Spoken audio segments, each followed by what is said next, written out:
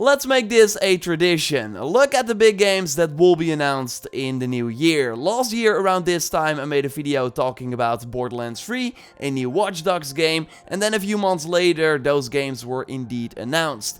I was a little too optimistic about a new Batman game though, and the next Horizon, so I got 2 out of 2.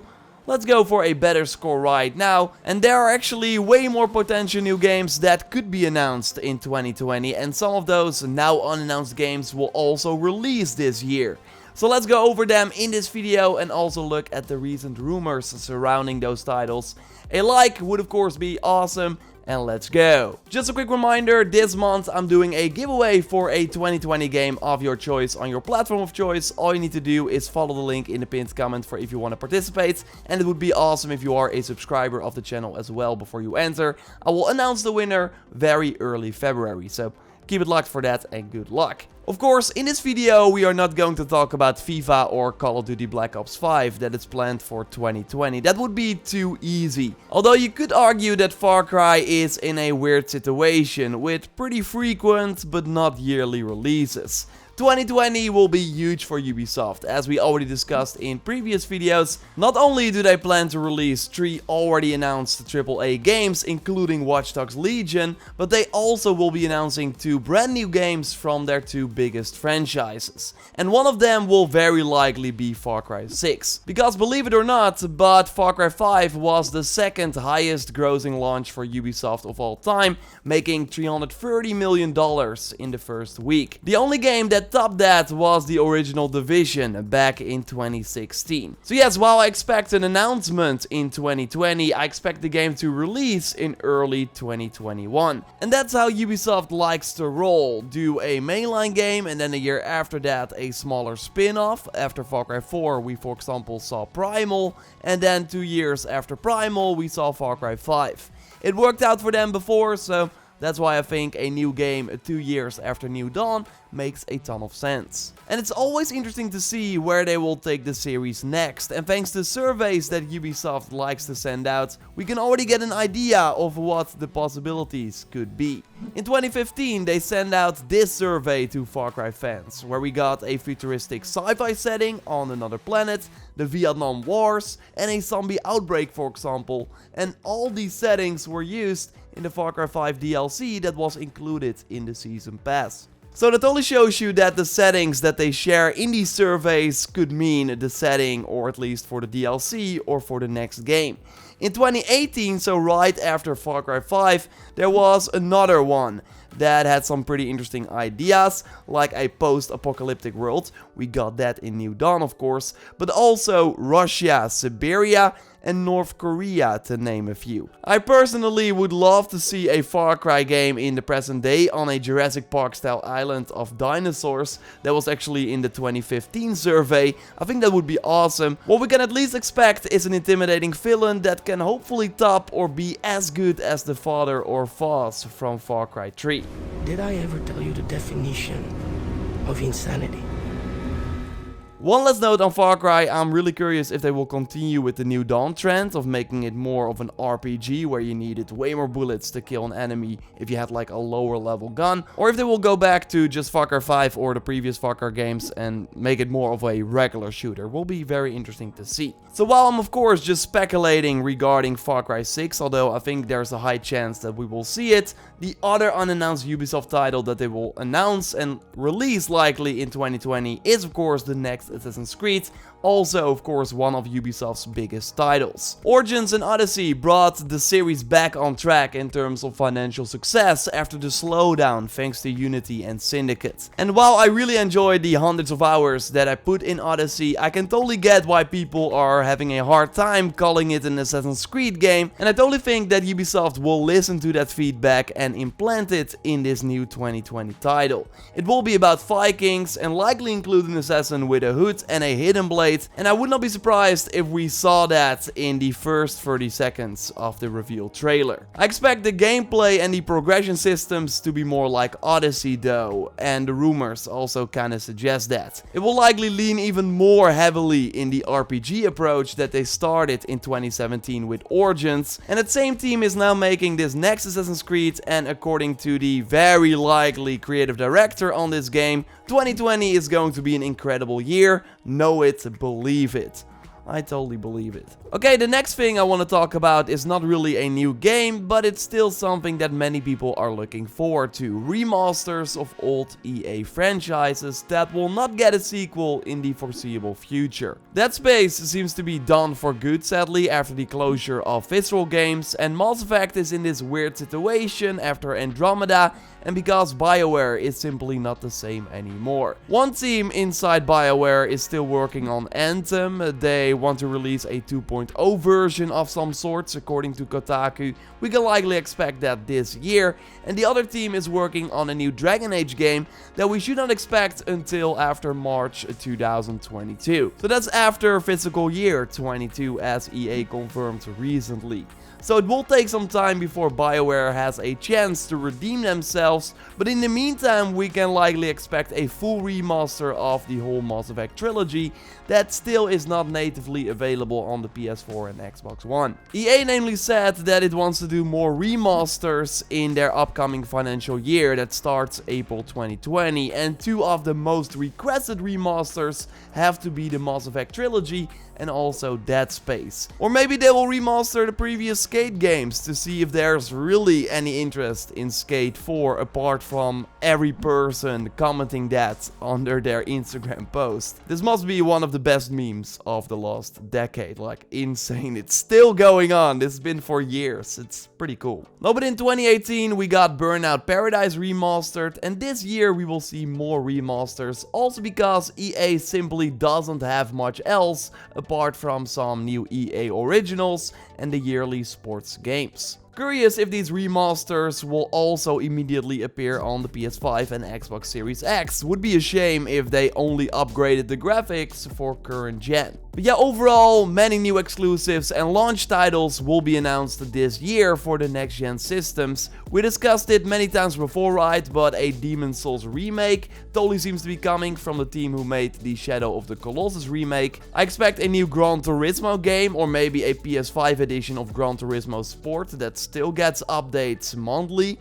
Maybe that will battle it out with the new Forza game that Microsoft will totally release this year. But more interesting is what Guerrilla Games is up to. Horizon Zero Dawn 2, or whatever it will be called, seems like a safe bet, and while I made a hopeful prediction last year, I think it's a 99.9% chance that we see the game during one of the big PlayStation 5 events that Sony will of course do this year. Would be 3 years since the original, that still looks beautiful by the way.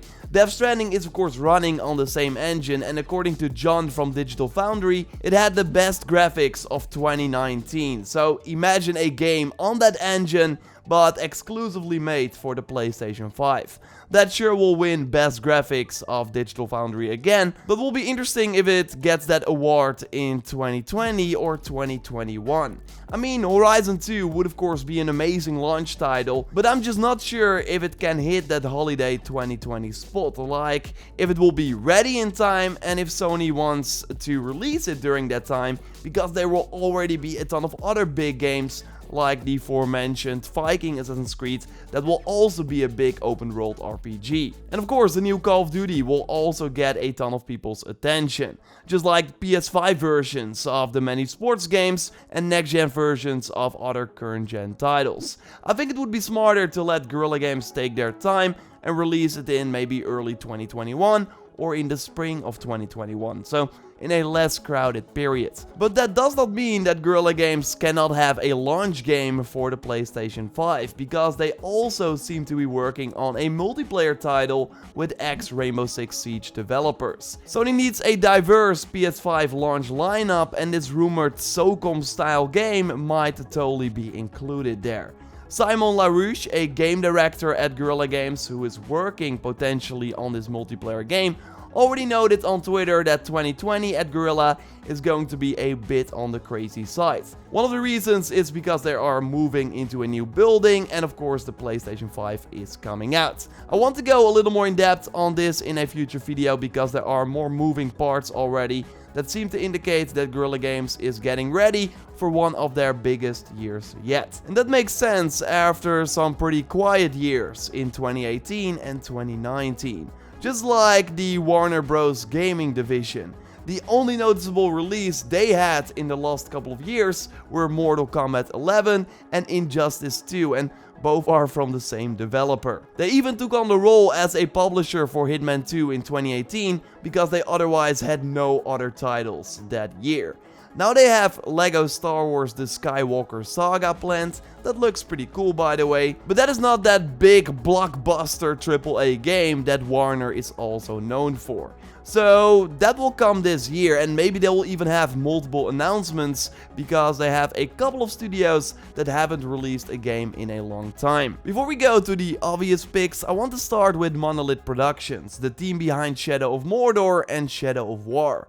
And that most recent Monolith game came out at the end of 2017, and they did some DLC in 2018 for that too. And while 3 years for a sequel could work, I mean there was also 3 years between Shadow of Mordor and Shadow of War, I still think they're gonna take an extra year though to make this game even more special. Because I don't think they can get away with some improvements over Shadow of War, but they really need to take it to the next level. And I totally think they will do something else, but also stay in the Lord of the Rings universe because of the success of the previous games, of course, the big loot box fiasco aside.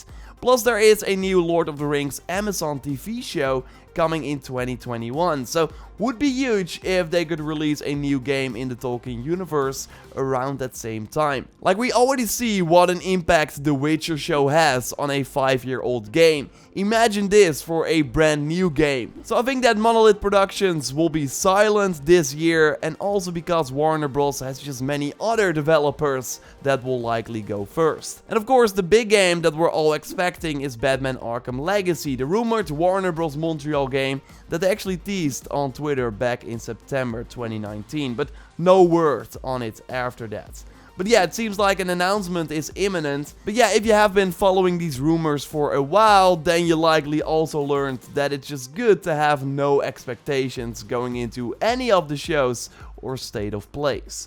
But I would really be shocked if this game was not announced in 2020. And not only because of the rumors, but also because the last full game that Warner Montreal did was Batman Arkham Origins in 2013. So they almost skipped a whole generation if they're not announcing the game this year. And sure, many of their games were cancelled, but they must be working on this for some time. Warner's think this generation is all about revealing a game and then releasing it a few months later. So I totally expect the same thing for this new Batman game.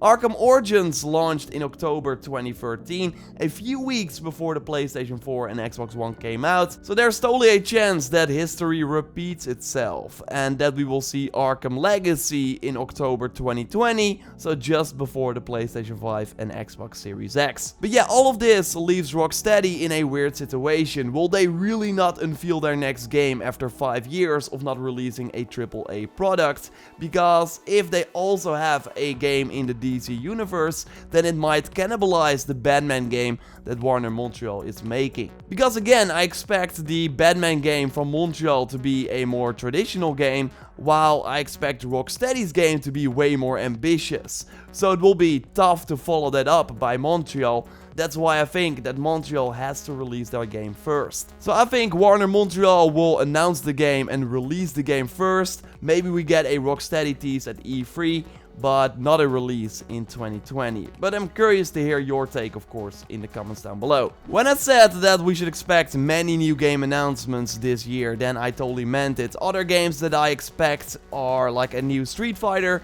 thanks to the fact that there's no auto qualification for this year's tournament for next year.